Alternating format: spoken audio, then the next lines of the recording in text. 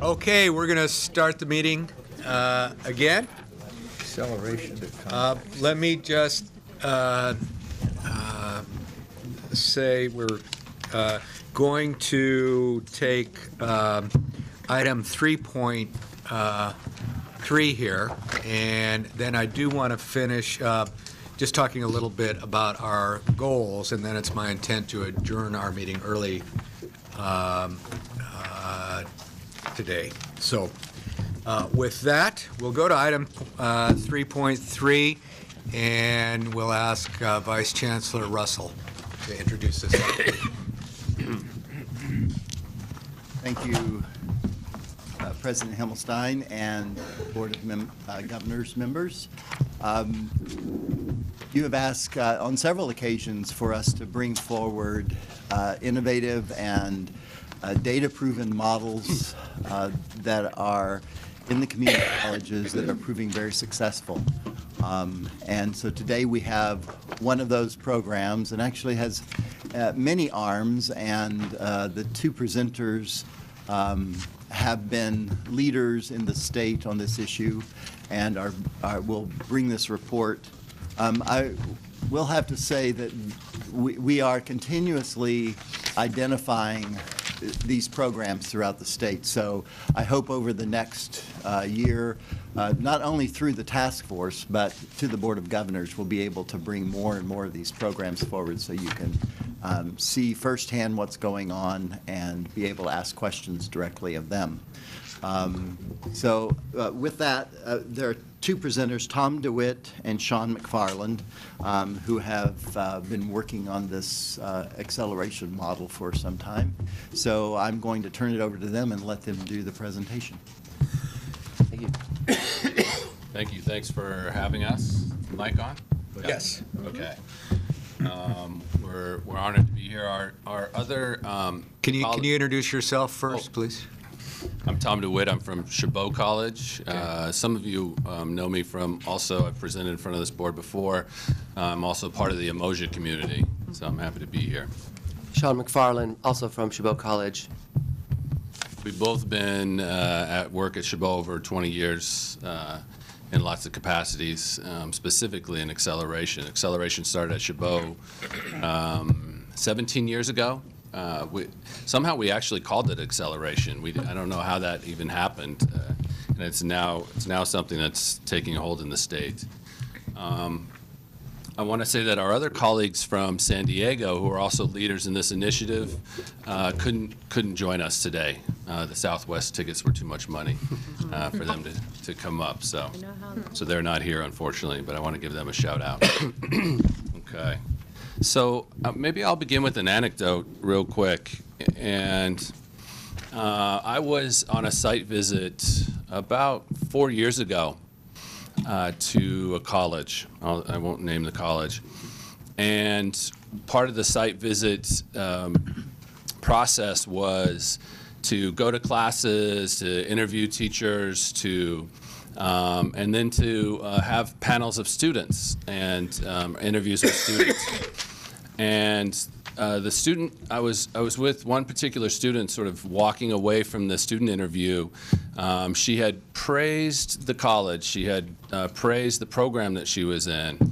She was just absolutely enthusiastic. She was somewhere 30-something, was a returning student. And so I asked her, as we were sort of parting, I was thanking her for talking with us, and I said, so what are you thinking about next year in the future? And her comment to me was, I don't know if I'm going to make it. And I was like, what? I mean, this woman was so articulate. She was incredible. And she said, I started 4 levels below transfer. And I have 2 more years if everything goes well for me before I can actually take a transferable course. And it was just a devastating moment. We weren't there to talk about acceleration or their basic skills sequence or anything. But you could really see that moment in the context of her life at that point. Of I'm working, I'm struggling to be here, I'm loving being here, but it just might be too much. the pathway, the number of years is overwhelming. So I wanted to start with that visual. I also want to say, I want to just ground us in what we're talking about in terms of acceleration. Acceleration in Context is an initiative. We got funded by Walter S. Johnson to do a planning grant. It immediately, a very small funding, like $25,000. It's a little teeny bit of funding. And it immediately turned into an implementation grant because people were so excited. We were talking to practitioners out there. We've talked to hundreds of colleagues at this point. And people the climate in California for changing basic skills curriculum is ripe. It absolutely is ripe. It's fragile. It's delicate. Changing curriculum is often a volatile process. It is the purview of faculty curriculum.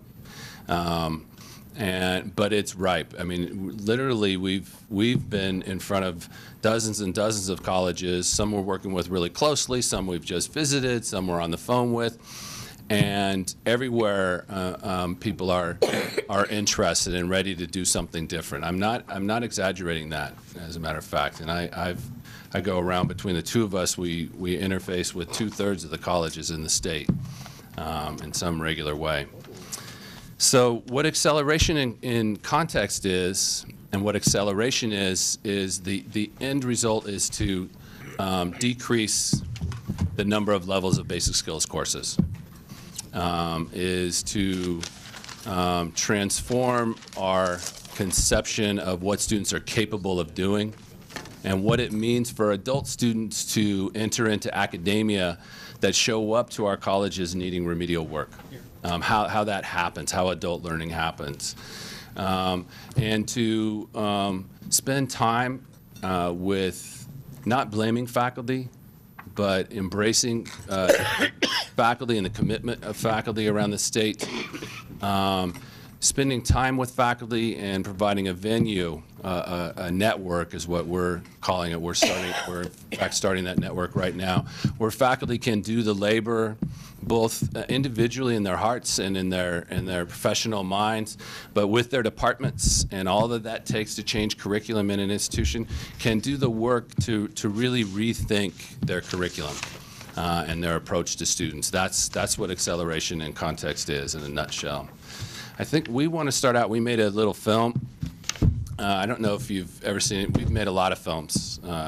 Sean's always part of them. Sean's very gifted at this. We've made films on reading and writing and student services and learning communities, the whole 9 yards. This film is the intent of this film, the audience for this film is our colleagues, and what it gets at is showing that the curricularization of basic skills, all of these iterations in basic skills of this course and plugging that deficiency and having all these discrete skills make up these course outlines, which we think, by the way, is just bad pedagogy. It's a bad approach to learning. It doesn't work. Our students don't make it through all these discrete skills, and that's not how learning works.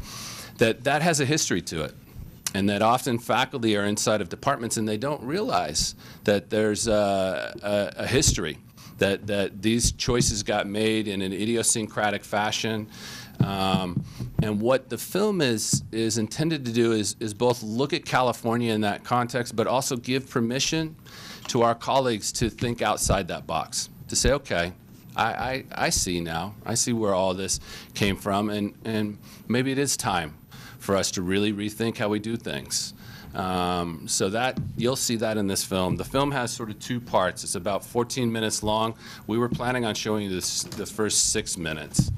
And I don't know, we could watch the first 6 minutes, which sort of gives the backdrop in California. And if you all would like to see any more, you could ask us. We'll just go from there. We don't want to presume. Oops. The one thing I'll add to what Tom said is that the films aren't made only by me. In fact, frequently, primarily not by me. They're made, the genesis of most all of our movies were they're made by students. And with us functioning as guides, but they drove the agenda for all the movies. This one's slightly different. It's our first movie with a narrator. The only thing I'll add is that the music was going to be being put on today on the real copy, and so if you have if there's little spaces in there, it's not the narrator resting and going on strike. It's the music. You can supply your own internal soundtrack.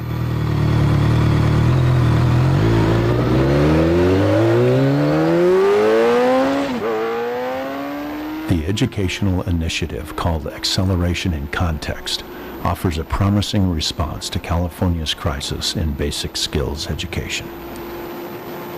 Before we sketch the contours of the initiative, let us first put it in historical perspective by traveling 40 years back into California's educational history.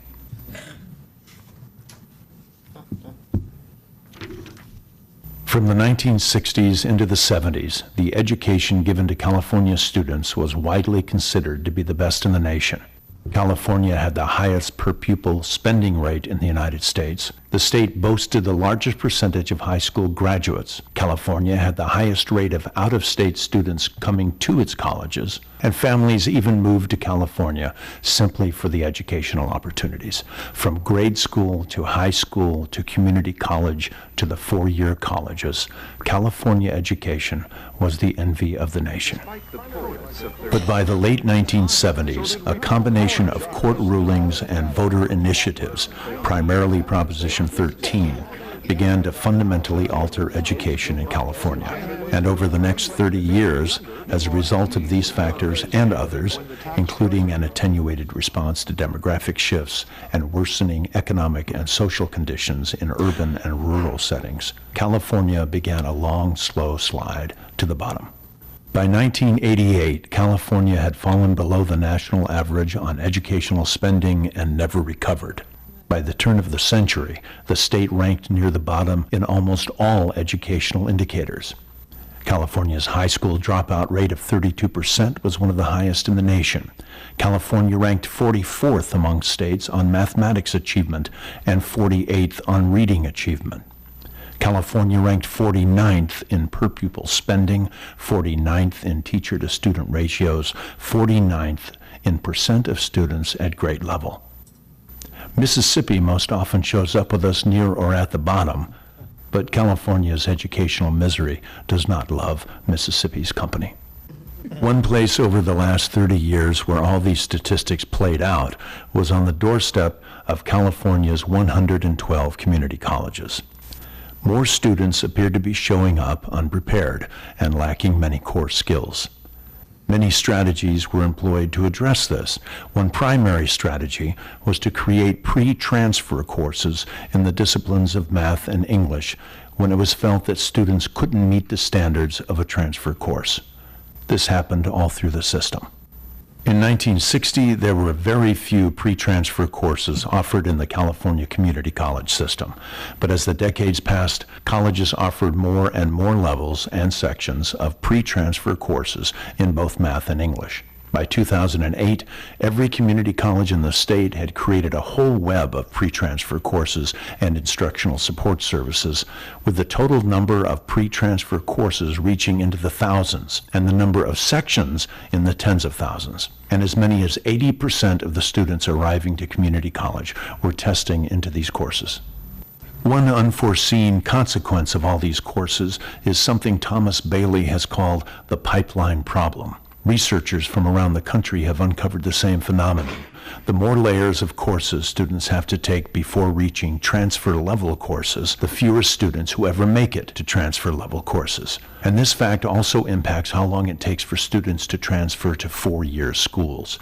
For most students, gone are the days of transferring within 1 or 2 years. Students spend 3, 4, 5, even 6 years at community colleges before transferring.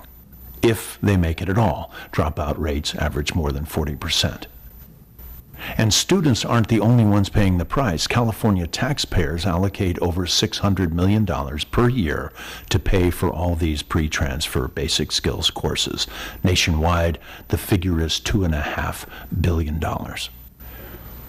Not only a great deal of money, but a great deal of effort goes into developing each one of these courses. For a course to be created, meetings are held and committees chosen. Course outlines are drafted and then redrafted. Catalog description, prerequisite skills, expected outcomes, course content, methods of presentation, sample assignments, methods of evaluating student progress, typical textbooks, special student materials. And then questions need answers. Does the course increase faculty hiring, change faculty loads, establish new or alter old prerequisites, articulate with UC and CSU? Then all of this must pass through the curriculum committee. Community colleges create 50, 60, 70-page documents detailing how to create a course and get it through the committee.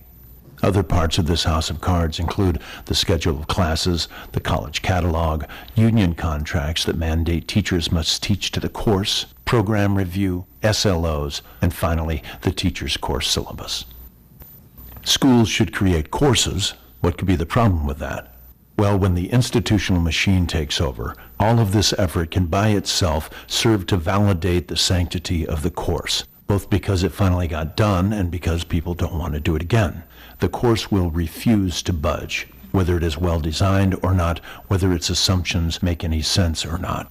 The result is a kind of ossification. Courses that are 10, 15, or even 20 years old are found all around the state. And what is worse is when curriculum development is linked to some perceived deficit in basic skills students. A reductive one-to-one correspondence results. Students cannot do X, so we need a course that teaches X in order to fill that hole, to address that deficit. It may seem reasonable enough to make course material more manageable for basic skills students when we layer a simplifying veneer over the real content. But in so doing, we risk creating a distracting science, for example, the science of reading, that blocks the student from experiencing a subject's true relevance and beauty. In the case of English, grammar books sprung up that were often impossible for students to decode. All manner of reading techniques were foisted on students. Timed reading, SQR3, skimming and scanning, even speed reading. All of this may have its place, especially if integrated into the service of larger meaning, but too often it really is just skill and drill in isolation. The result is that students feel curricularized to death. When students still don't get it, a common remedy is to make it still easier to get by segmenting the knowledge even further. More new courses, more layers before transfer are added. The sheer number and variety of layers across the state may itself be an argument for the fruitlessness of such an approach. The result is an accretion of courses, courses added to courses, added to courses, all to patch perceived holes in the student. Thus, in the classroom, the course itself becomes king, and allegiance to it is expected. The lesson must be covered, the syllabus adhered to, the textbook finished. They need to know this content. We must get through that material. Many teachers defend this situation.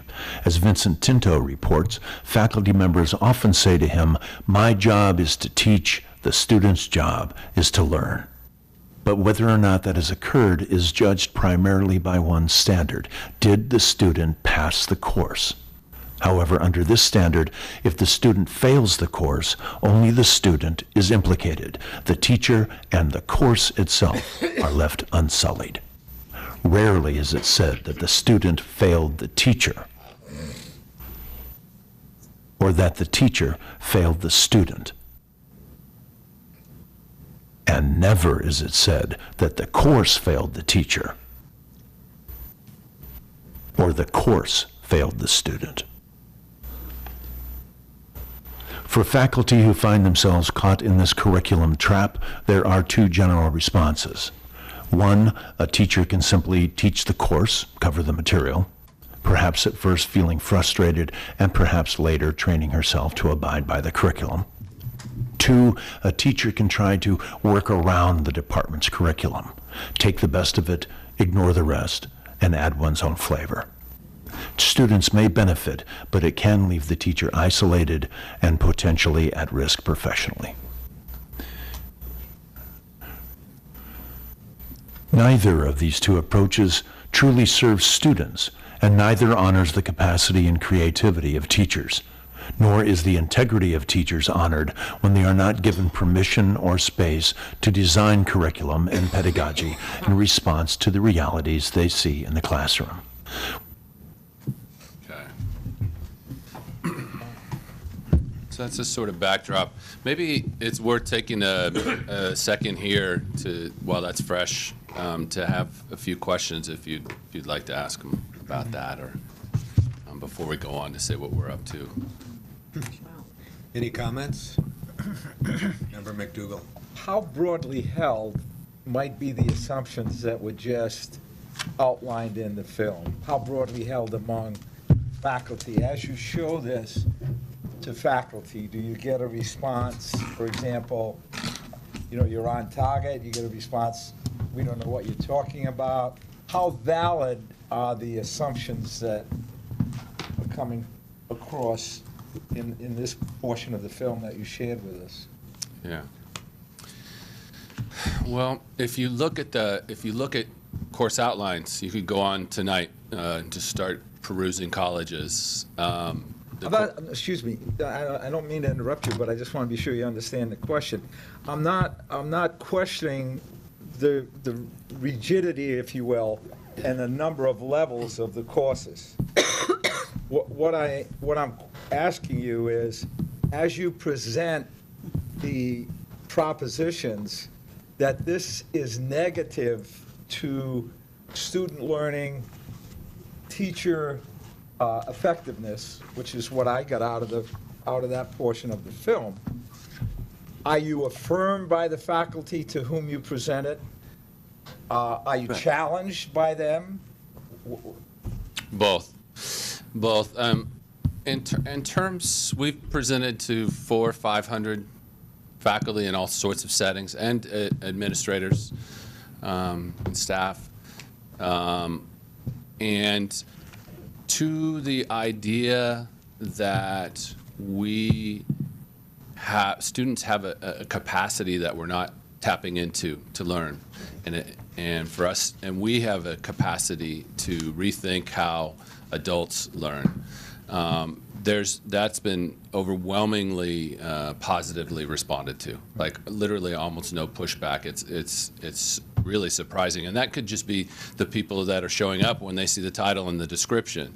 But there are a number of people who are certainly skeptical, and the delicate part of the situation is, myself included, I created a reading course 20 years ago, 3 levels below transfer. It took me a year of work to be part of that group. The delicate part is that people identify with the curriculum at their school. They've put somebody even sort of almost kind of owns that pathway or that mastery learning center. So at the same time that the many people that we presented to are ready to sort of rethink and are very positively responsive, the situation on the ground is very still very delicate. Do you want to add to that? Yeah, thanks for the question. What I would add is that for the teachers who push back to a certain extent, I think part of what they're thinking is, oh my God, we've literally had people in settings who say, I literally just got through curriculum a new layer last week. We've had people crying about it. And of course, our job is to work with faculty and get them to perhaps think differently about how they design curriculum. This is an overstatement, but I think it's fair to say that many faculty don't necessarily bring a lot of they bring the history of the institution to bear in building the next set of curriculum onto which the other curriculum exists. And that frequently is all that really is the nature of the foundation. So we're asking them to think about things perhaps a little bit differently. If they still feel like that they would rather, for a lot of faculty, we'd rather just lecture or rather just get through the material and let students tag along with us. A legitimate question to ask is that how well is that working out? And that's why that section of the the video essay that talks about the pipeline problem, it's pretty inexorable, and it's difficult to respond to, except to say, we're not doing a great job here. And, if we were business, they might shut us down. And so I think that, there's, the reason we hesitate on the answer is it's not, they affirm, they push back, they literally cry, they get excited. They, we have all these other things we show them, they get jacked up about that. But the first move is, I would say, generally people feel this. The zeitgeist of an institution is, if there's a problem, let's take it apart and then offer a solution to it, and that gets borne out in curriculum that offers a kind of compartmentalizing approach. That the faculty see. The first 4 minutes of the movie is all facts, and as you know, it's pretty much set in stone in the history of the state. But did you? Vice President Perez and then Member Haley. It's interesting that today is the day you're presenting this to us, because we've been having a series of discussions on prerequisites, and there's been a task force meeting since last May that are wanting to add requirements of basic skills to more courses. And so I'm curious to know, have you had discussions with the prerequisite task force? Have you talked to them about what you're proposing here? It's a good question. I thought this might come up. No, we've had discussions with many people around the state about prerequisites. We were just discussing it during lunch with several of our colleagues that are here. The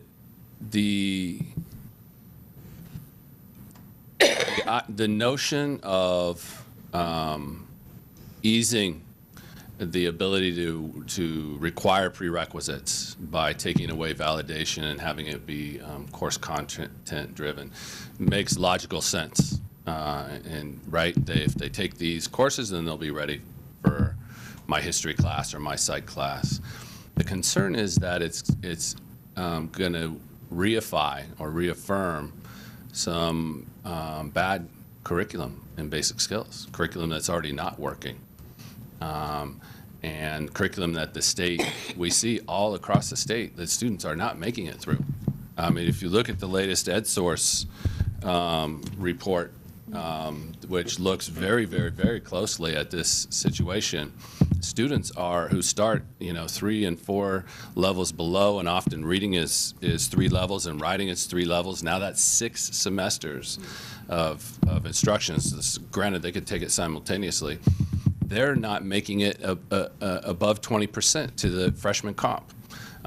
So it sort of reifies in a way that pipeline, which is concerning. Although I know that I know from reading the stuff that's being put out there that the intent is absolutely positive. And I know that, we see this all the time. Now I'm not trying to speak, in a tricky way about this. We see that we'll sit around with faculty and we'll have very, very different opinions. And that's sort of what you started to ask, is there strong opinions on the other side of this? But we absolutely share the intent that we want students to be successful. And so one thing that we're hoping is that we spend some time in that search to bring about more effective practice by thinking outside the box of what we're doing, not by ensconcing it us even deeper inside of the box that we're in right now. And I think the state is ripe for this. The up and down the state. We got an email this morning that saw we're putting on a conference to start our network.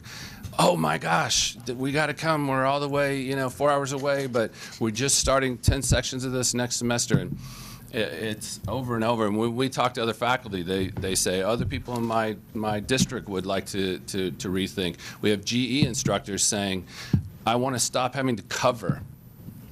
Right? I'm driven by coverage. I have to have some deep learning happen in this classroom. It's deep learning that transfers to academic success, not coverage. If the students aren't following you along in your history before 1865 class, they're not going to follow you anymore in week 6.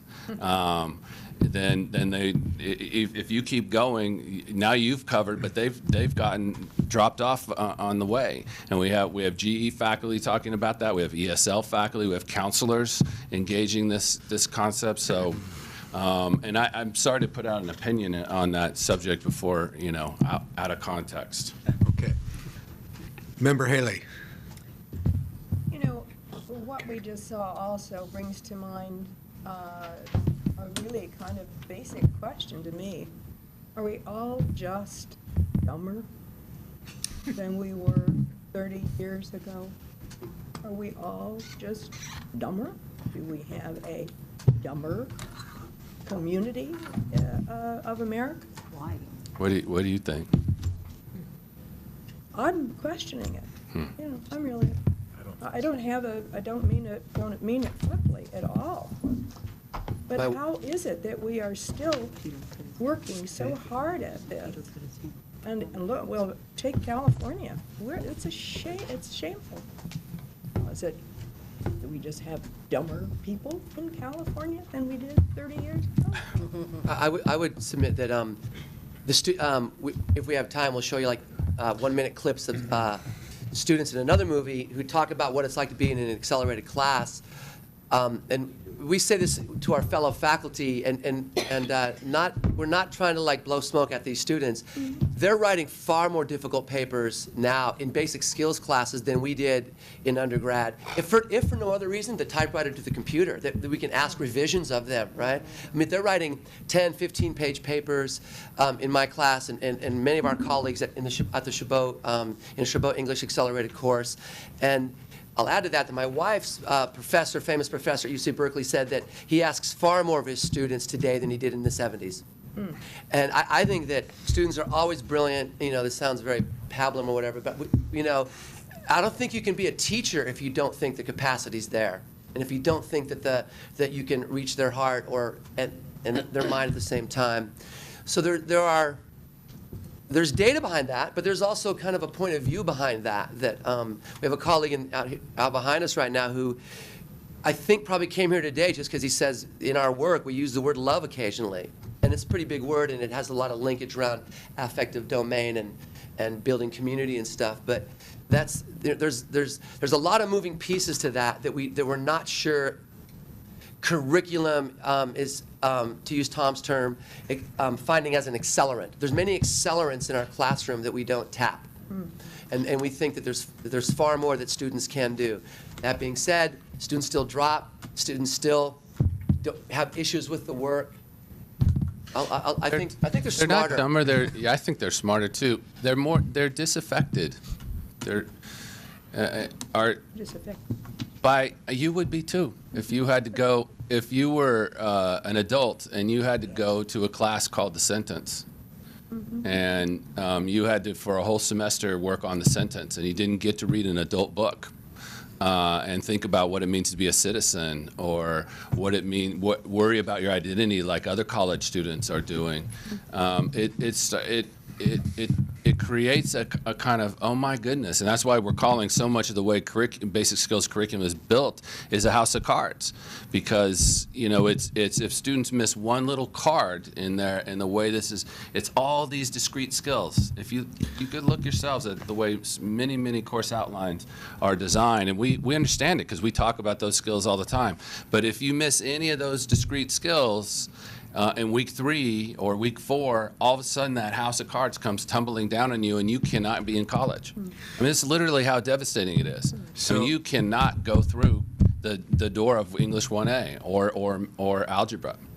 So, Member McDougall would like to say something. Then I would ask maybe to get to, so what are you doing about this? Member McDougall.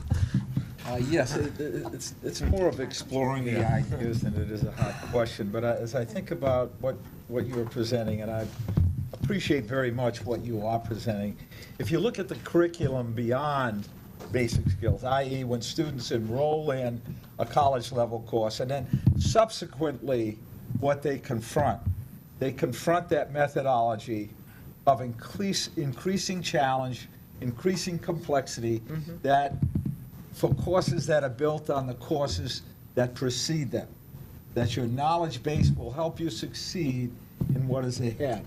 Yeah. So to some extent, the model, post-college level readiness model, is built on those propositions, Right. and then it's applied in the pre-experience to get to the college level competency. Right. And I wonder, given what you've said, the data that I have seen show that if you're one level below, for example, in English, the probability of you mastering the course, going on, et cetera, is quite high. The success rate is high. In mathematics, it seems to go 2 levels below. You almost need to have that level of courses. But I wonder if in the reading and English, that if it was more of a general grouping in those areas rather than the discrete courses, if that wouldn't help to get to the college level. I'm not sure I formulated the question. What do you mean by general grouping? I think it's similar to what By we're general arguing. grouping, I mean looking at skill mastery along the line of being more open on how the student can progress. They won't have to progress just to the level of the course completion. They could jump 2 or 3 levels forward, for example, and not have to go through the 6-level sequence that you illustrated the case of the young lady who was discouraged from continuing. Yeah. So, I think that is exactly what you described Seen it. is some of the responses to acceleration that we're seeing, which is a much more fine-tuned system that allows students to jump and prove their effectiveness, and to then therefore not have to take the other 2 courses. There's also some very, very good software out there in the math world, which is quick practice and feedback software, which allows students to show what they're mastering and and then sort of steers them to other places in math where they can then show that and accumulate a total mastery, which is hard for an instructor to see in that kind of way. And it's because of the sort of rapid feedback. It took a long time for this software to get out there. A lot of software was rejected out of hand. I mean, essentially, Sean likes to use this analogy. The minor league players in baseball play baseball. They don't just bunt. Right. And in so many of our basic skills classes, all they're doing is bunting. And For then 6 months. Yeah, for 6 whole months, and they don't even get to taste the other stuff. Some intellectually engaging idea, something that makes them feel like, I'm in college, I'm an adult, I'm gonna simulate what I'm gonna get at these higher levels. But then the teacher's gonna be through a teaching, a very strong teaching process and strong environment is going to facilitate that learning, so that the students have had that experience of writing a long paper and using evidence and using argument, et cetera. Or the student's going to start to see how the text actually applies in their life. So when they go home to their friends, they don't just say, well, how's your English class? Or how's your math? Oh, we're doing fractions again. Or they can start to talk about, I'm reading about love and death and poetry and war and the environment, and it's really fascinating. And in that context, I'm learning about sentences. They probably wouldn't mention that part. They'd probably mention the love and death and war. But I'm learning about commas. I'm learning about sentences. I'm learning about thesis. I'm learning in that intellectually invigorating context. I'm growing my skill mastery. That's what we're arguing here, and that's what Chabot does. It's probably a good segue to the solution, go. and it is part of the solution Great. that I'm describing. Let's go to the goals. Yeah. This is all we want to do. You want A big part of acceleration is shortening basic skill sequences. We don't think it's the word we use is taxonomy. We don't think it's the only taxonomy of acceleration. We believe learning communities, CTE, embedded learning play a big part in that.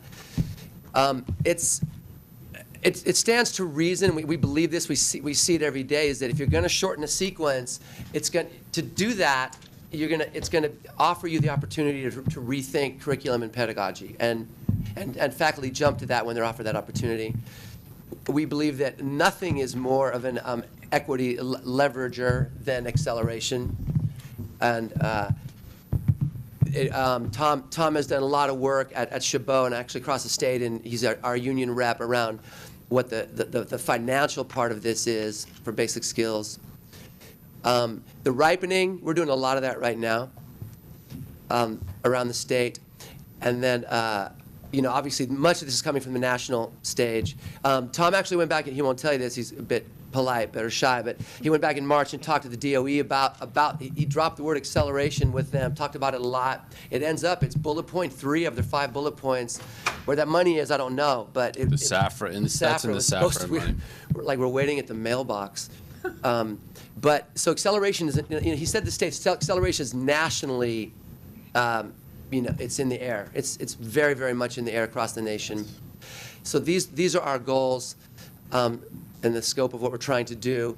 In order to do that, though, you end up working with faculty, and that's where we do our work. You can do this one. Okay. I want to back up and say what Chabot did and illustrate what we're doing with everybody else. We had 3 pathways to freshman comp in English. And Classes that were built in the 70s. Yeah.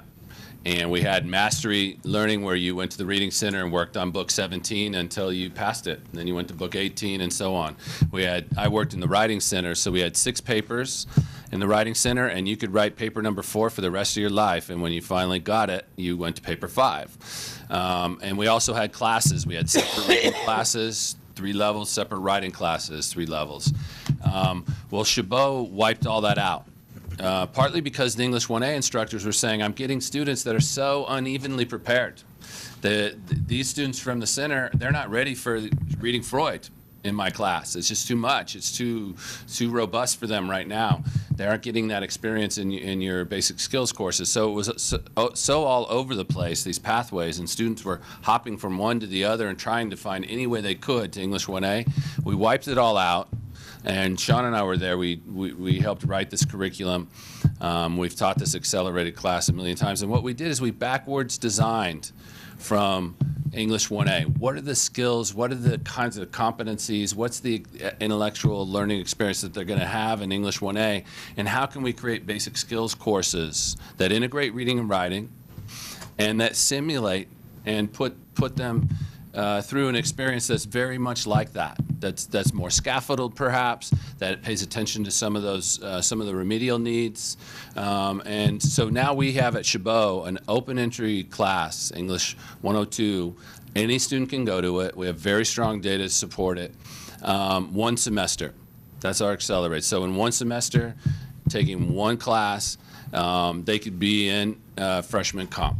Right, it's the most accelerated curriculum that we know of in the state, and it's getting national attention from all over the place. We also have a two semester sequence at Chabot, and that's it. We don't have any other. You either go for 2 semesters into freshman comp or 1 semester into freshman comp. Most schools have anywhere from 4 to 6 to 8 different classes that you can need to take depending on your assessment to get there. So that we did that, but based on thinking about what's going to transfer to, what's going to get those students to enter into academia most effectively, most eyes wide open, right? Where they know what it is they're getting into. All right, so in terms of AIC, a lot of our initiative is professional development, because you don't just walk into a school and say, here's, our theory isn't that we have the Chabot model, we'll share it. There's models from Baltimore that are really good. You don't just walk in and say, here's the model, you guys do it. It just doesn't, we have a lot of experience working with faculty, it just doesn't work that way. So our It'd be nice if it did, just be an easier job, but we haven't found that it works. Yeah. I mean, what our colleague Jim likes to say, Jim Barr from ARC, is we need to stop emphasizing best practices over best teachers. And we need to create spaces to create best teachers, because ultimately it's that teacher that's in the room with the students doing their work. And if they don't own their work and they're not the best, and that doesn't mean we can't share best practices that are evidence-based. We absolutely should. We're not against that, but it's the way that we do it. So one thing we do is in our faculty development is we share models, And we also want to encourage, and those, a lot of times, the schools are adopting that model or analogizing from it and changing it that fits their environment, which makes sense. They have academic freedom. And in some cases, they're creating their own models. And you'd be amazed. You should hear this. Acceleration it's huge around the country. Everybody's talking about it, right? The big Gates Foundation is putting huge amounts of money into it. States, I went back and talked to 8 different states that had college completion agendas about it because they were interested in it. But there are very few models. Is this something, is this just happening at Chabot now? No. No, Or we is this have, at other community colleges in California? in California, it's just starting to, and we got asked by some research groups recently, can we research some other colleges? They have money to do research on some colleges that are doing this. They're so new in so many instances that what folks are doing that we know of, and we don't necessarily know everybody, that they haven't accumulated enough students under their belts yet to start to do that. But if you ask in 2 years, there will be a very serious critical mass of schools doing this, because people are starting to write this curriculum and do these practices right now. Yeah. So let me let me ask. I knew this was an excellent plan. I'm listening. So do you want to show us another? No, do not. clip I just wanted now, to get or- to the next part of, Tom had mentioned that the models are a part of the work we do. There's no doubt about that. Okay. And then the question is, are other people doing it around the state? They are. They're beginning to. It's super delicate. So, if someone wants to come research this and you have naysayers on your campus, the last thing you would want is to have people looking at that. And so part of the work we do, and this is why this initiative feels kind of overbuilt sometimes, is because we think that it needs to be bulletproof, that it's, the metaphor, one metaphor is a string of beads. You can do all this great work, and if at the end you cannot competently or effectively navigate your institution, you won't get it where you need it to be. It won't grow past a boutique or a one-off, experimental course. And so part of our work is also that. So even if you could drop a model on them, they have to deal with their, faculty and people talking about competing. You want to add 1 unit to your 3-unit course, and someone says, well, you're taking a lot of, FTES from us and whatnot. FTF. FTF, my bad. Yeah. So there's this part of it as well. Help. And so we sit in meetings with VPIs and talk about, and people doing curricunet and talk about, here's how you can make this move. And let me just say, we've had literally, I would say, no pushback from any administrators anywhere in the state. And we're pushing hard at them. We're saying, your faculty need to be talking about love here, right? And then they're like, okay, we'll do that. They're down for it. And again, everyone has. We believe everyone needs to be skeptical, and if we're going to believe students have the capacity, we think faculty must as well. And faculty are entitled to all their skepticism, and we will work with that. That's the one place you might see some nerves and some fear, and we work with that. But as we move through that, and it can happen quickly. The beauty of curriculum redesign is it doesn't have to be scaled. It is its own scale. It doesn't have to be, you're a beautiful organization like Gates funding a boutique thing that can never get traction. Because once it's in the course outline, we don't have to fight for English 102 every year. We teach 40 sections. When he was the dean, he added another 20 sections because he believed in it back in the day. So it's not, the way to help our students is, we believe in all the models of acceleration, but this is a super robust way to get leverage. Okay. Yeah. Chancellor Scott would like to say something, then Member Malumed, then Member McDougall, and that I would like to get you through Okay. the rest of your presentation Thank here. you. Yeah, I'd like to get you through the rest of the presentation, but I want to ask you, how does your model compare to Cabrillo's model, the Diego Navarro model? Is it very similar? So we work with Diego all the time, and I've been partnering with Diego. I love Diego, just straight up. He's a beautiful guy, doing great work. We're also instituting an ACE program at Chabot. Sean and I are spearheading that, just coming up. Diego's model is a whole bunch of courses packaged together in a 16-unit package. What we're talking about is your average English, math, ESL course, and redesigning instead of, in fact, Diego's encouraging us to bring acceleration in the basic skills courses into his ACE model, so that his English teachers, because he brings ACE to a school, and if that school has, and he has English, basic skills English as part of his program, if that school has their English class four layers below, that means his students now can start to take GE classes, right, transfer courses here, a math class maybe there if they have math in it, but then they're 4 levels below in English. So even though they have this incredible experience, they're still having all these semesters of English in front of them, or ESL, or what have you. Now, Ours wait is a minute, I related to the- misunderstood then what they're doing at Cabrillo. My understanding was that once they went into this contextualized learning, Yep. that the individuals, when they finish that, and, you know, they have, as you say, something more than merely English and math, but that individual then was ready to go into freshman English and freshman math at the college level. Depends on the school.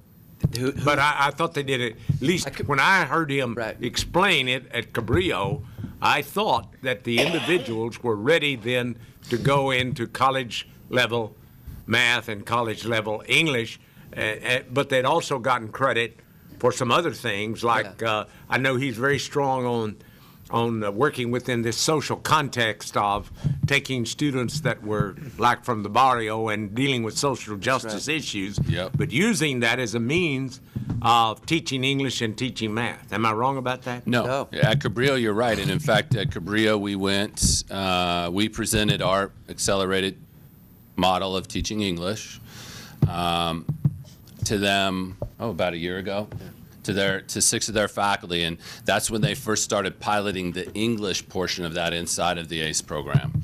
They were just about to pilot it. We went and shared a whole afternoon with them. That's at Cabrillo. But then if you go to that school where I talked to that young woman, that wouldn't be possible because they don't have that curriculum in their books. Yeah, but also, if you're saying to me, as I understand it, we are telling you that no one will have to take more than a semester, or at most 2 semesters, in order to enter college level. That, in other words, we don't have any of that business of where you go 4 levels or 3 levels or any of that. But this is accelerated, and we are saying that, and I'm assuming that your evidence is that the success rate is higher in this acceleration than it was in this 3 to 4 level stuff. Absolutely. And we have a slide of that in case we don't get. We actually, there's one of our colleagues, Katie Hearn and Myra Snell, have written a very strong article featuring that data, and it's on the RP Group website. But absolutely, at almost twice the rate, students. Okay, well, you can show us that. Yeah. Okay, Member Magomed. I don't understand why you can't take this model to another school and have it just plugged in. You said You you can. can't do that. No, you can, but it's very sensitive. I mean, you can't. Well, I mean, you're a teacher. You have academic freedom. You have to go teach finally in that classroom on your own. And teachers don't cater to scripts. They really don't. In fact, it's so darn off-putting to them. They will. Some people might take it on. Those folks of us that have experience with this, we've seen it for 20 years. Teachers take to development opportunities that dignify them, and also really like good models. I mean, we. Say something real quick. When we started English 102 at Chabot, we did 2 years of working with our faculty to shape the program. So even there, in retrospect, it looks like it was we just invented it and dropped it. But we had Friday brown bags. We actually had 2 reading teachers who had to go back and get a master's. He, as a union guy, he actually lobbied for that, and the school paid for it. There was all these different things. So you go into a room, and everyone in the room who you're working with is down for the program, and then they're asking great questions, and we're working together. But what they frequently do is, at some point, we call it ghosting. They bring in a ghost and it's a faculty member not in the room, that they're imagining that conversation. How am I going to talk to that person? And so it's delicate. Every culture is different. I think some of the models they might come up with are far more interesting even than ours, which we love, and we've taught it a lot. But we would love to be able to drop it. And in some cases we did. I mean, we're getting closer to the kind of drop. At San Diego Mesa, for example, But it's still arduous. It's very arduous because the department has to vote for it. They have to vote for this curriculum, and you might be a champion of it, and your hallmate. There's 20 other people there, and 10 of those people wrote that old curriculum that you're trying to replace. And some of them only have, if it's reading we're talking about, only have reading credentials. They're not credentialed to teach a class that has integrated reading and writing. So this is now where you're talking about people's jobs. But it's worth going there. That's our argument, because the situation with students is so serious. Students' jobs we're talking about. You know, we have to put this first. But you can do it. And like San Diego, they adopted one expression is they adopted the model straight out, and they're piloting it right now. And we're working with them. They also are piloting another expression of it. They have 2 versions right now, and they're sort of comparing the 2. And they've done a huge amount of work with their department to try to make this happen. Thank you. Okay. Thank you. Member McDougall. Yeah, I'm following up.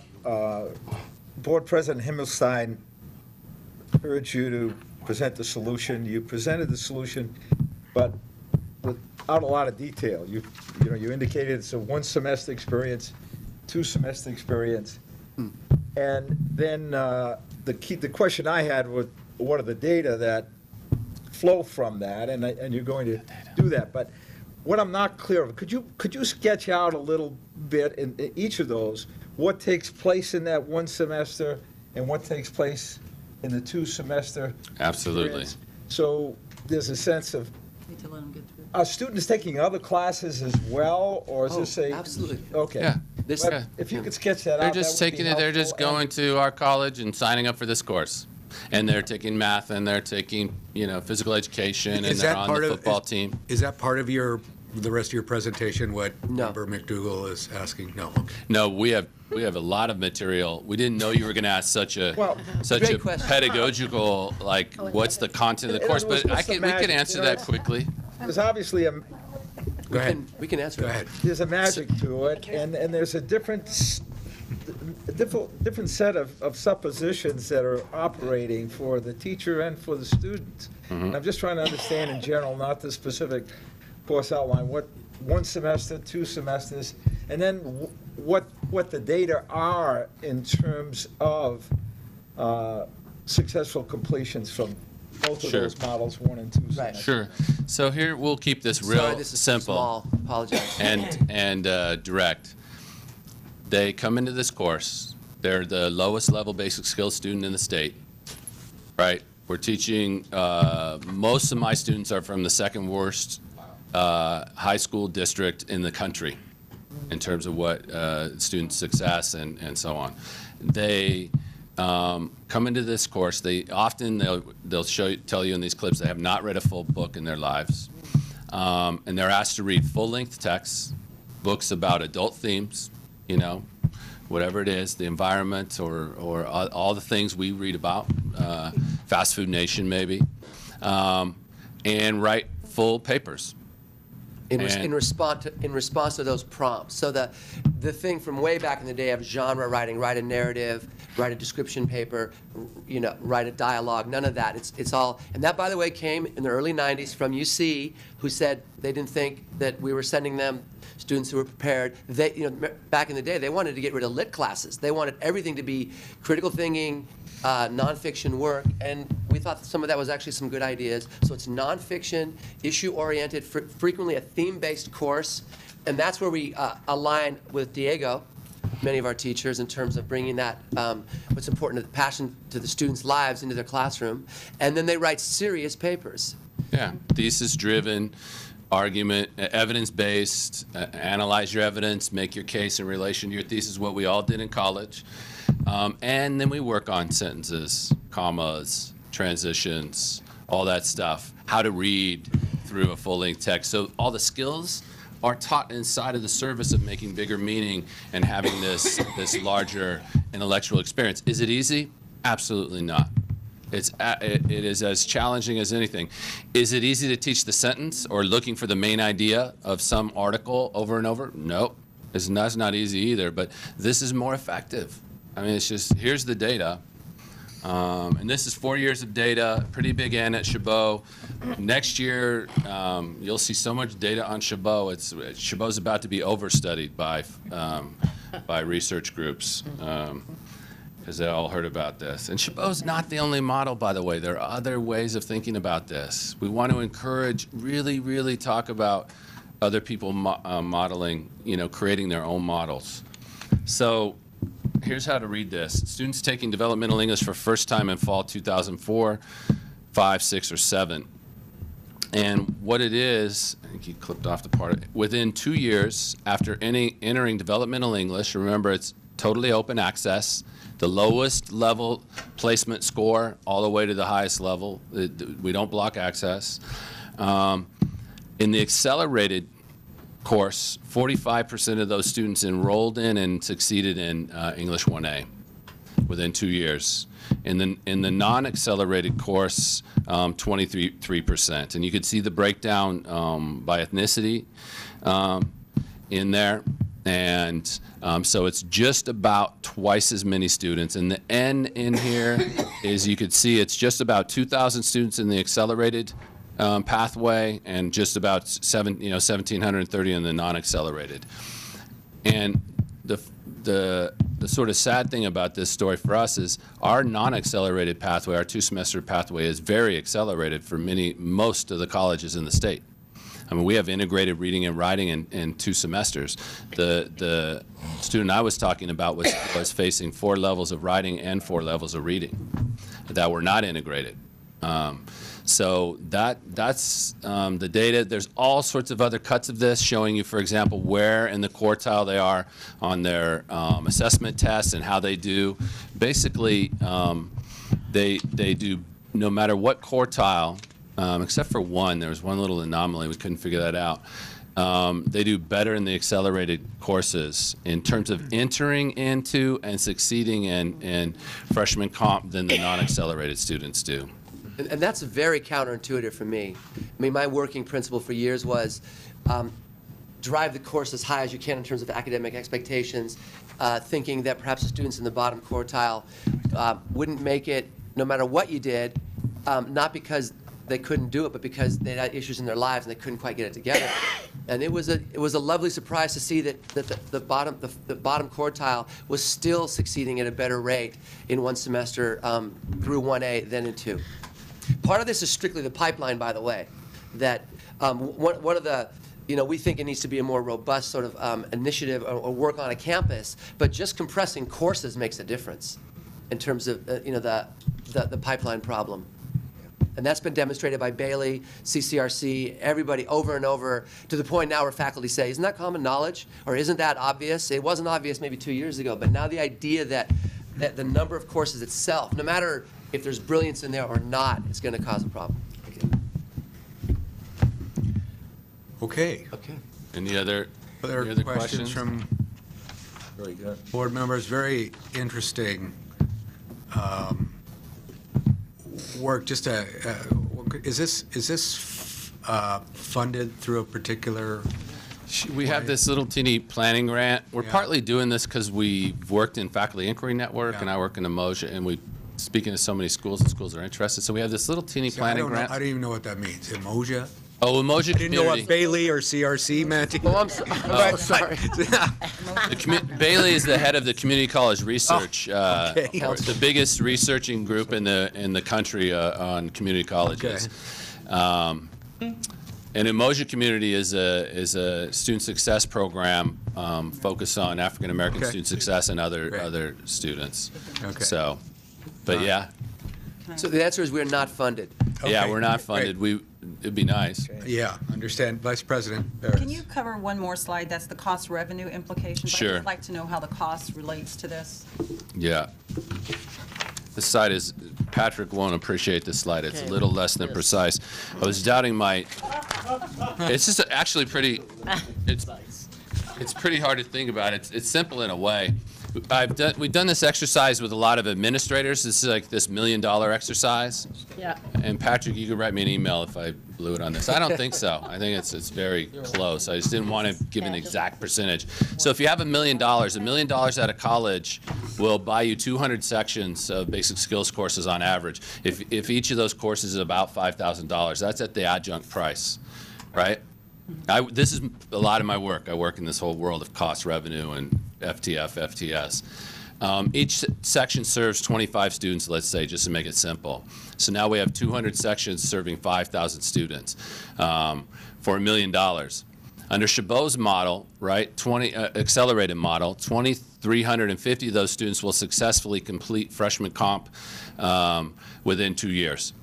So your $1 million bought 2,350 students worth of success in freshman comp. If they're successful in freshman comp, their traction in the college and you look at all the data, absolutely shoots up. Their progress toward educational goals takes off. If they can't get through the door of freshman comp, they don't go anywhere, period. Under the model with 3 layers before freshman comp, which is the most predominant model for EdSource study. I recommend this study highly. The same $1 million buys far less than 1,000 successful students in freshman comp, right? And I didn't know, that's where it's imprecise, Patrick. It's far less. And part of it is, even if they're successful, you have to pay 3 times for them to get there, let alone each time half the class is successful. Out of the successful portion, only about 2/3 re-enroll because there's an access problem and there's life that gets in the way, and so on. And pretty soon, these drop-off points, they drop out. And that's the reality. And I strongly recommend that you read Bailey's work out of CCRC. He's studied hundreds of thousands of students in the country around this issue. Okay. Any other board member comments? That helps. Member Davis-Lyman. Yeah, thank you. I want to thank you always for presenting to us. I remember first time was with the Umoja community and coming to the board wanting to do something in this area. But every time you come, it's the questions that you keep asking and then seeking the answers, whether it's a hard sell or not. And thank you for the honesty about not just the model, but how you actually get that integrated into a college. Yeah. Yeah. Thanks. That's a Appreciate tough that. spot. Thank you so very much. Thank you for the 10 minutes. Yeah. Thank you all. Thanks to Barry, too. Okay. I wanted just to wrap up our discussion on board goals and other things before Superintendent Torlakson came, and really just take a couple of minutes to do it. But I think it's important that we report this out to the public as well as ourselves. And some of these things we will be bringing back for action items at our next meeting. So the board discussed, and we really came to the conclusion that we would have 3 overarching goals this year. One would be to continue to develop our relationship with the State Board of Education around several areas, one being career technical education, another being dual or concurrent enrollment, and another on college readiness. We all thought we were very successful in our joint meeting next year. There is a new set of players over at the State Board of Education this year that we will need to re-engage, but we think it's very, very critical to do so. And I, along as I think the rest of my colleagues, think we're heartened to hear Superintendent Torlakson's issue in this. So we are going to move forward there. The second overarching goal is really one of advocacy, and in particularly building relationships with a new administration, new committee chairs this year. All of us, board members, staff, the chancellor, really need to make it a priority to develop those relationships, understand who's in what seat, and how we can be most effective in working with them over the next year. Third, we wanted to encourage and continue the great work being done by our Veterans Committee. Member McDonald, Member Baca made great strides this past year. Some really, really good things happened in terms of veterans this year, and we would like to continue making that a top priority for this year. So those are our three goals. I'll turn it over to Vice President Paris to talk about a few other items that board members brought up. Some of them, as I say, will need to come back as information and action items by this board. We've also talked about some new initiatives as well as some existing things that we want to continue to work towards. One of them is the budget, and it's having a very clear understanding of ways to be more effective, more efficient with the budget. So when we bring forward a proposal for approval, that we're taking into considerations, efficiencies, ways to better utilize our dollars opposed to continuously asking for more dollars. The other thing is Member Price had suggested a new committee, which will be Student Affairs, and we're going to support the development of that committee. She will work collaboratively with staff as well as with the Student Senate and others to ensure that we have a focus continuously on student success and that we're hearing from students themselves. We also want to refine our new board orientation process to ensure that when board members come on board, that they have the information they need so that they can hit the ground running and have the background information that's necessary for them to be able to participate in the board meetings more quickly than not. And the other one is to ensure that in the short time frame left through June, that we fully support the OSHA grant and that we do everything we can within our districts and statewide to ensure the success of the grant. And having said that, I would ask each of you in the audience as well to help with that effort. We need everyone's participation. We don't want to leave any dollar behind. This is extremely important to our students, particularly at this time when we're going to be experiencing more budget cuts. So those will be the initiatives that will continue to move forward. Okay. Any other board member comments? We have no requests from the public to speak at this time. I had a question. Member Malumed? Could Vice Chancellor Garcia tell us who's going to be at the dinner tonight? Elected officials or other important people? Tonight we have Senator Lowenthal, who will be dropping by to visit with us. We also have Assembly Member Tim Donnelly from the Assembly Higher Ed Committee, and we have Dan Schnur from the MPPC, who joined us at the last board meeting. Right. And Marlene, just to be clear, that is at 5:30 at Spataro. I think it's the reception, the dinner's at 6. Okay, reception at 5:30, dinner at 6, also in Jerry? Dinner's at 5:30. The reception, there's not a reception. There's not a reception. Okay. There was an update sent out on Friday. Okay. No. All right. Dinner/reception at 5:30. Oh, okay, very good. We will reconvene tomorrow at 8:30. Thank you all very much. We're out early. I got a quick